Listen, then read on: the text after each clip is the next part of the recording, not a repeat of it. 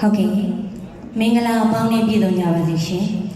မင်္ဂလာရှိသောအချိန်ခါသမီးမှာလာရောက်ရှင်ပြိုင်ခွင့်ရတဲ့အတွက်သမီးအနေနဲ့အထူးပင်ဂုဏ်ယူမိပါတယ်သမီးကတော့လှိုင်းသားရရှိပိုင်းကိုစားပြုအနေနဲ့လာရောက်ရှင်ပြိုင်ခြင်းဖြစ်ပါတယ်ဟုတ်ကဲ့ကြောက်လာကြသောဂုဏ်သတင်းရှိဧည့်သည်တော်ကြီးများအသိပညာရှင်အတတ်ပညာရှင်များနဲ့တင်ဆရာမြင့်ဆရာကြားဆရာများထိုင်လူကြီးမင်းများအားလုံးသမီးစုဝတိကျော်မှာကာဝရပြုနှုတ်ခွန်းဆက်တာပါတယ်ရှင်။သမီးဒီဆိုရှင်နိုင်မဲ့တခြင်းလေးကတော့တင်းရင်ဘဘစန္ဒယာချက်ဆွေရေးဆက်ပြီးတင်းဆိုဖွားဖွားဒေါ်မမကြီးဒီဆိုထားတယ်။မောက်အရှင်မြားဆိုတဲ့တခြင်းလေးပဲဖြစ်ပါတယ်။နားဆင်ခံစားကြည့်ပါရှင်။